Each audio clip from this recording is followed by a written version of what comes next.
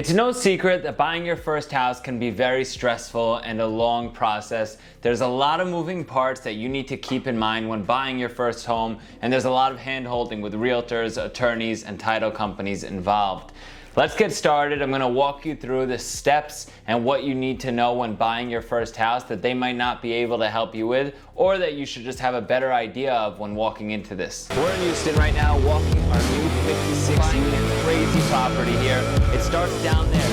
We got Allon, Avgi, billion-dollar man. Before jumping into the housing market, you're going to have to keep in mind that your finances need to be in check. What does that mean? Why is that important? It means that you need to have your finances in order. Your W-2s, if you're a 1099 employee, your bank statements, all that good stuff, because the lenders are going to want to see that. Your debt to income ratio needs to be in check. Income needs to be in check. You need to have proof of income. Your liquid assets need to be in check. They're going to check your stocks, your bonds, your notes that you have out, your current cash flow, whatever you have in the bank, your current cash on hand. So lenders don't hesitate to ask you for everything under the sun. You're going to have to make sure your tax returns are done, and you're not going to be shy about sharing it, because if you don't share it, you're not going to get the loan. This is for conventional debt, of course, conventional mortgages and not private mortgages. Private lenders require different things, but when buying your first house, this is the most common way to go about it. Most lenders want to see 2 years of income history, and stable employment is key. It's a great way for lenders to feel comfortable with you, so just keep that in mind when applying for a mortgage and getting into your first house. Lenders aren't going to fund your entire property acquisition. Just keep that in mind.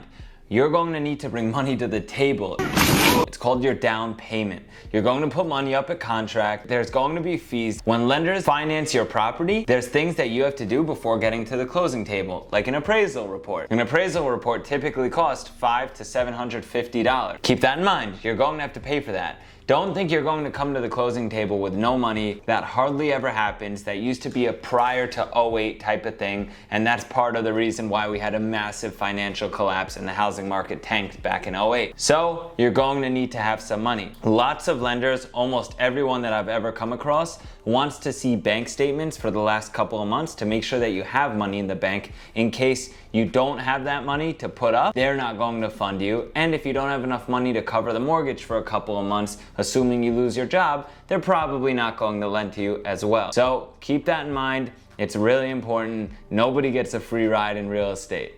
Another big one is your credit health. Credit is really important in the lending world because anything under a 620, lenders typically don't want to touch. The only way to get financing if your credit's less than 620 is with a hard money loan, which I made a separate video about in the past, and you can watch that video to learn more about that side of things. That's not really great for your first home or your second home, especially if there's a way to get a conventional loan or a private lower interest loan. Credit health, make sure it's good, make sure it's strong, check it on Credit Karma or a website similar to that before you get into the process, so you could give them a general idea of where your credit is, and they'll give you a general idea of what type of rate you're going to get. Now that you're in the market and all of those things make sense and check out for you, you have 4 options for loans as a first-time home buyer, second-time home buyer, whatever. There's an FHA loan, a USDA loan, a VA loan, and a conventional loan. They're all mortgages. They all have different parameters, and you won't qualify for a couple of them if you're not a veteran of the United States military, hence a VA loan. The difference between these loans are risk parameters, income, veteran or not veteran, and down payment. Keep that in mind.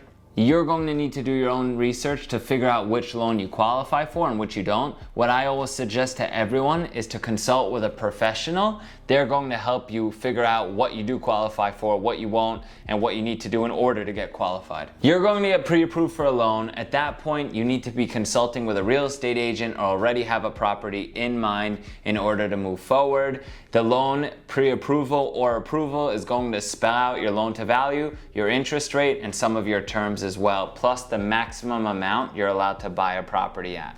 After making an offer on a house, the seller is going to accept, reject, or counter you.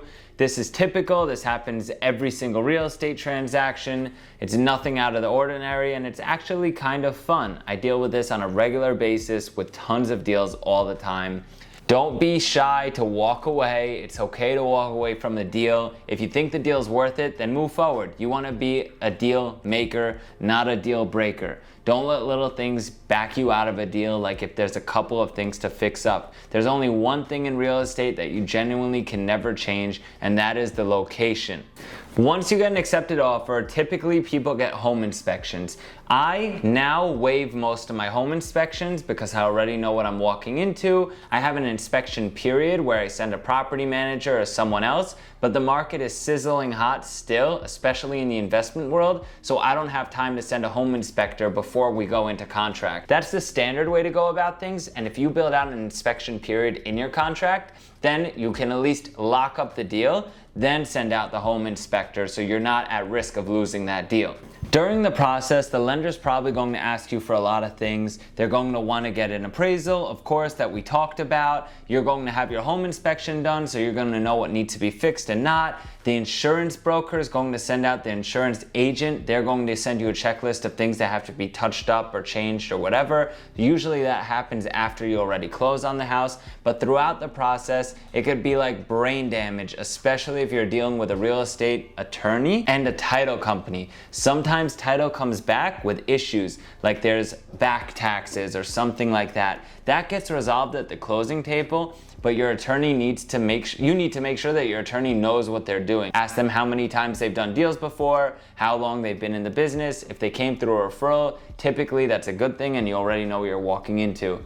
Keep that in mind. It's really important. Once you get to the closing table, the bank comes there with their money, you come forward with your money, there's a title company involved that sends a title closer. Before closing, you're going to have to meet up and get everything sorted out. You're going to have to sign all sorts of documents that goes into recording, and you're going to want to do a final walkthrough of the property. If it's just a typical home that's vacant, you're going to do your last walkthrough, make sure things are in order and in check. The whole process of buying a home is expensive and a headache. It's no secret. I'm glad you guys watched this video. Just try and make the process fun. If there's one piece of advice I can tell you, it's to stay in touch with everyone. Be really communicative.